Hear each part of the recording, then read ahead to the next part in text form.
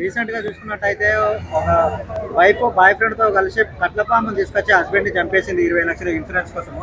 So దాని గురించి ఏం చెప్తారు బ్రో? అంటే ఆడవాళ్ళంతా డిసైడ్ అయిపోయారు అన్నమాట. అంటే ఇంత ముందు ఆడవాళ్ళ కన్నా మగవాళ్ళు ఎక్కువ పాపులేషన్ ఉందని చెప్పారు కదా. ఆ మగవాళ్ళ పాపులేషన్ తగ్గాక ఆడవాళ్ళు ఇట్లాంటి స్కెచ్లు వేస్తారు. నిజంగా చెప్తున్నా, ఏమంటారు, మీరు మంచి మంచి ఏదన్నా ఫిలిం డైరెక్టర్లకు వెళ్ళండి అమ్మా, ఆడిషన్స్ జరుగుతాయి కదా, మంచి మంచి స్టోరీ ఉంటుందని చెప్పేసి మీరు వెళ్ళొచ్చు కదా. ఒక క్రిమినల్ స్టోరీ, ఒక థ్రిల్లర్ స్టోరీ అని చెప్పేసి వెళ్ళొచ్చు కదా. ఏం పుట్టింది అమ్మ మీకు?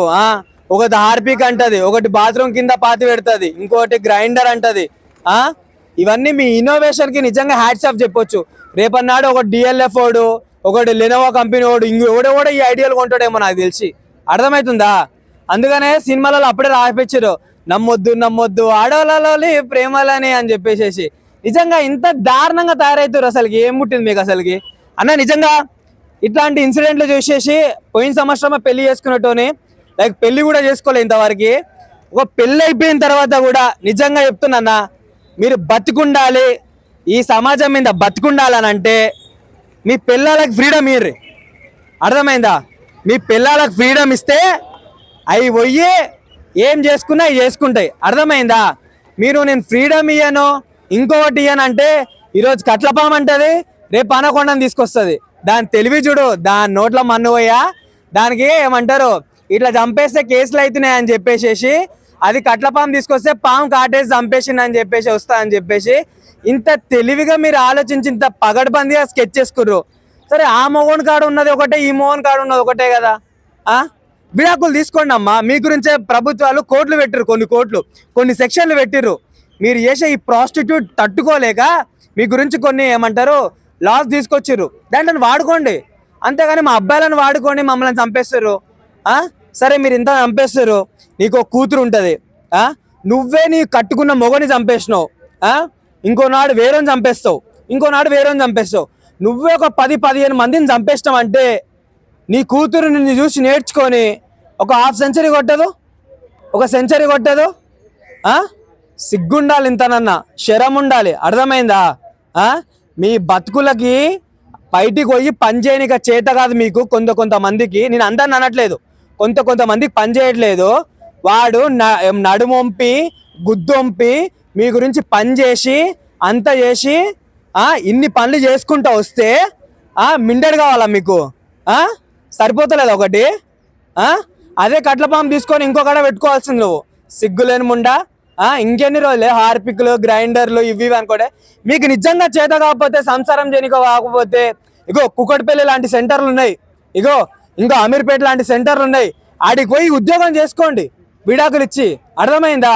అంతేగాని నీ అమ్మ వాడు మొగోడు, వానికి బాధ్యత ఉందని చెప్పేసి వాని కన్న తల్లిదండ్రులను పక్కన పెట్టి పెళ్ళం పిల్లలని చెప్పేసి మీ మీద పడితే మీరు సిగ్గు లేకుండా ఇవన్నీ చేసుకుంటారు. మళ్ళీ ఈ సిగ్గులేని ముండలను చూసి ఇంకా కొన్ని ముండలు నేర్చుకుంటున్నాయి.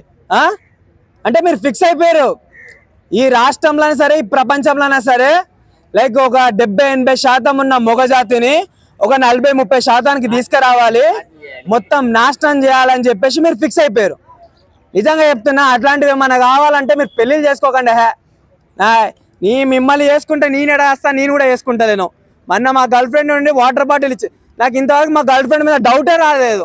అట్లాంటిది కృష్ణకాంత్ పార్లర్కి వచ్చేసేసి వాటర్ తాగు బేబీ అని అన్నది నన్ను. కథం నీ అమ్మ, నాకు ఏవేవో సోషల్ మీడియా మొత్తం మైండ్లో రన్ అవుతుంది. అది తాగలేదు, వాటర్ బాటిల్ నేను తాగలేదు, నా 20 రూపాయలు వచ్చినాయి. మీరు ఇట్లాంటివి చేసేసి ఏమంటారు, నా లవ్వర్ లాంటి సతీ అనసూయ, సతీ ప్రతివతకి లైక్ ఈ చెడ్డ పేరు తీసుకొని వస్తారు మీరు. అది ఇంటికాడికి పోయిన తర్వాత అడుగుతుంది, ఏమైంది బేబీ నేను వాటర్ ఇస్తే తాగుతలేవా అని. ఈ అమ్మ నువ్వు వాటర్ ఇస్తే నేనేడు ఉంటాయి అని చెప్పేసి నాకు అనిపిస్తుంది. నిజంగా ఈ పెళ్ళిళ్ళు ఇవనంటే భయాలు అవుతున్నాయి. నిజంగా అమ్మ, ఎవరిదైనా సరే ఒక జన్మది. అర్థమైందా? నిజంగా ఇగో నా అక్కకో నా చెల్లికో చెప్తున్నా మీకు నిజంగా సంసారం చేసే ఉద్దేశం లేదు, నేను ప్రాస్టిట్యూషనే చేసుకుంటా అంటే చేసుకోండి అమ్మ, తప్పలేదు. మీ మొగడికి విడాకులు ఇచ్చేసి ఆ కన్న కొడుకో కూతురు ఉంటుందిగా, మళ్ళీ ఆ కూతురుని మీరు తీసుకపోకండి. అర్థమైందా? మీరు తీసుకపోతే అది మళ్ళీ హాఫ్ సెంచరీ కొడుతుంది మొగోళ్ళతో. వద్దు, మీ హస్బెండ్ కాడ వదిలిపెట్టేసేసి వెళ్ళిపోండి. మీరు వెళ్ళిపోతే అయిపోతుంది. ఎందుకనంటే ఇప్పుడు నిన్ను ఎవడైతే చేసుకుండో వాళ్ళకు కూడా ఒక కుటుంబం ఉంటుందిగా, వాళ్ళని నమ్ముకొని ఒక ముసలోళ్ళు ఉంటారు కదా, అమ్మ నాన్న వాళ్ళు ఉంటారు కదా. మీరు మీరు పెద్ద అందగతిల్లాగా ఈ నా కొడుకులు అమ్మ తల్లిదండ్రులను కూడా మర్చిపోతారు. మీరు మిన్నెట్ సోకుల వాడి మొగం సోకు కూడా మర్చిపోతారు. ఇక్కడ బేసిక్గా ఇలా కావాల్సింది కొత్త కొత్త బొమ్మలన్నా.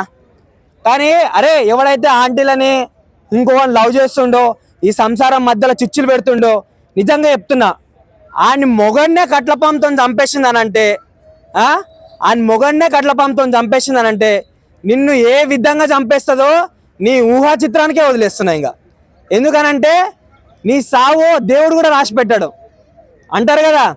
చాలామంది అంటారు అరే ఆడవాళ్ళు పక్కన ఉంటే ఎన్నో విజయాలు సాధిస్తారు, లేకపోతే ప్రయోజకులు అవుతారు అని చెప్పేసి. నిజంగా ఇప్పుడు చెప్తున్నా గర్వకారణంగా, ఆడవాళ్ళు పక్కన ఉంటే మనం 80 ఏళ్ళకి చచ్చేది కూడా 30 ఏళ్ళకే చచ్చిపోతాం. నిజంగా ఎందుకు నేను అందరిని అనట్లేదు, ప్లీజ్ కొంచెం మారండి, అర్థమైందా? ఒకటి హార్పిక్తో చంపింది, ఇంకోటి కట్లపాంతో చంపింది, ఇంకోటి ఇంకో దాంతో చంపింది అని అంటే ఆఖరికి నీ బతుకు కూడా రోడ్డు మీద వస్తుంది. నిన్ను కూడా ఎవడొకటి చంపేటోడు ఉంటాడు. నీ మొగండే నువ్వు రెస్పెక్ట్ ఇవ్వలే, వేరే దగ్గరికి పోతున్నప్పుడు ఆడంటాడు వస్తే నింజా నువ్వు నీ మొగన్నే వదిలిపెట్టినావు, అట్లాంటిది నువ్వు నన్ను రేపనాడు చంపవని చెప్పేసి ఆడు ముందే చంపేస్తాడు. సో ప్రతి ఒక్కరు చెప్పేది ఏంటంటే మీ కుటుంబాల సంసారం ఉండాలంటే ముందు ఆడది ఏమంటారు సరిగా ఉండాలి, అర్థమైందా? ఆడదాంతోనే సంసారం వెళ్తుంది. మీరే ఇట్లా ఏమంటారు లంగేషాలు వేస్తే అసలుకి కుటుంబాలలో ఏమంటారు సర్వనాష్టాలు అవుతాయని చెప్పేసి చెప్పుకుంటున్నాం.